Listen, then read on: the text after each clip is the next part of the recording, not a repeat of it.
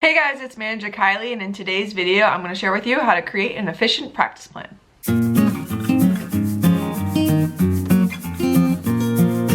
So in today's video, I'm going to share with you some tips on how to create an effective practice plan that will help both you and your team have an effective practice. If you guys are interested in learning more about sports administration, coaching tips and drills that you can use with your team, definitely hit the subscribe button, turn the bell so you get notified every time I upload. I post every single Wednesday at 2 p.m. Eastern time. The first tip is to plan your practice ahead of time. To go in and have an effective practice, you need to already have a plan set in place. To do this, you want to plan your practice out at least a day in advance, so if after the previous practice is a good time to plan out your next day's practice and figure out what drills you need to cover and what you want to work on. It is important to have this plan in place to make sure that you have an understanding of what you want to cover in a day and what are the important things that need to be covered before your next game and what you have already covered in the previous practices. The next tip is to stay on schedule. When you create this practice plan, set specific amount of times on how long you're going to be spending on each activity. If you do this, this will allow you to stay on a consistent schedule and you won't be dragging on drills that don't need to be as long.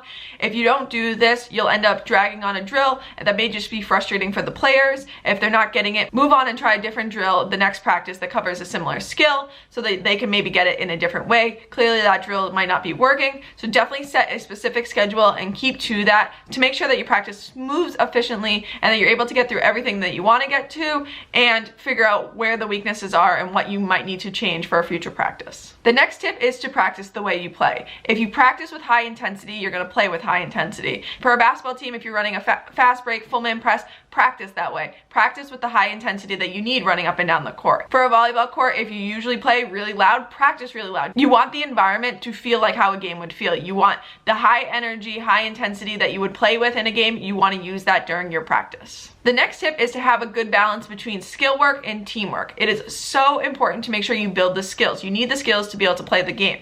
So it's very important that even as seasons go on, that you still focus on the fundamental skills. It's always good to do some of the basic skills like shooting in basketball, hitting in softball, serving in volleyball. It's important to still build those skills. So you want to have a nice balance. A good balance is even 2/3 of just the skill work and then 1/3 of the teamwork. That's when you're doing 5-on-5, 6-on-6, depending on the sport. Make sure you still get that teamwork in. You're doing your running different plays and stuff, but you still want to make sure you get the fundamental skills down. The next thing is, as a coach, you want to make sure that you're practicing to improve your team.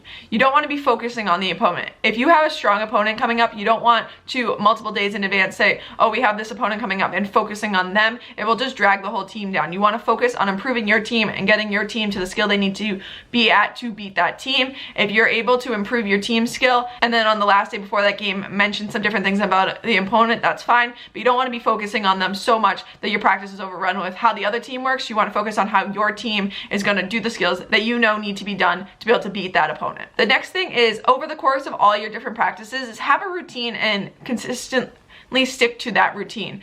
Many players will know that routine, and it will allow some of your senior players to have leaders on the court. They know that after this drill, we usually do this. To have a certain basic routine, if they know that they usually do an individual thing and then you always end with a team thing, they'll know that, and it will allow them to have something that they look forward to and know the way the drills are set up. This will especially be helpful as the season goes on. Your senior players will be able to get through the warm-ups without any assistance. They'll know exactly the first 3 drills. Personally, for my basketball team, everybody knew that we ran layups, then we did a press break, then we did our foul shot fast break. We knew the set routine for the first 20 minutes of practice, so you knew exactly what you had to get done, and then the coaches would add in different drills along with that and make some of the drills harder. They would add in little tweaks to them, but you still had a generalized set routine on how that works. It's definitely helpful for players to understand the consistency and know what is expected during a practice. The next thing is to alternate hard and easy drills. So if you're going to teach something brand new that's very complicated, you don't want to do another thing that you're teaching something brand new right after that. You want to make sure that you're alternating these. So if they're learning a new skill, then go after and do something that they already know, a basic skill, whether that's shooting, serving, something that relates to your sport. You want to make sure that you do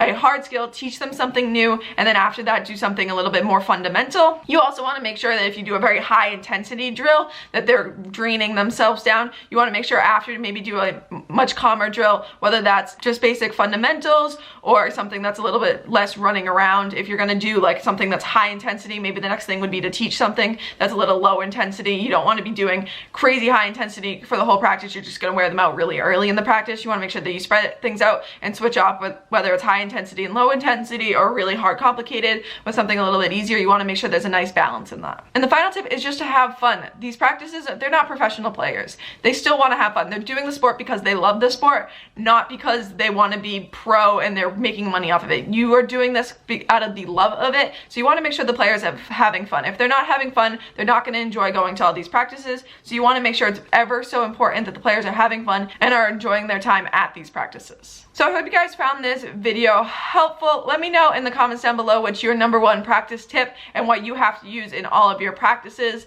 How do you plan your practices out? Do you usually do certain drills? Do you have a certain routine? What does your practice plan look like? I hope you guys enjoyed this video. If you have any other videos that you would like to see about sports administration and coaching, definitely let me know in the comments down below. I'd be happy to give them a shot. And I hope you guys enjoyed, and I'll see you guys next Wednesday.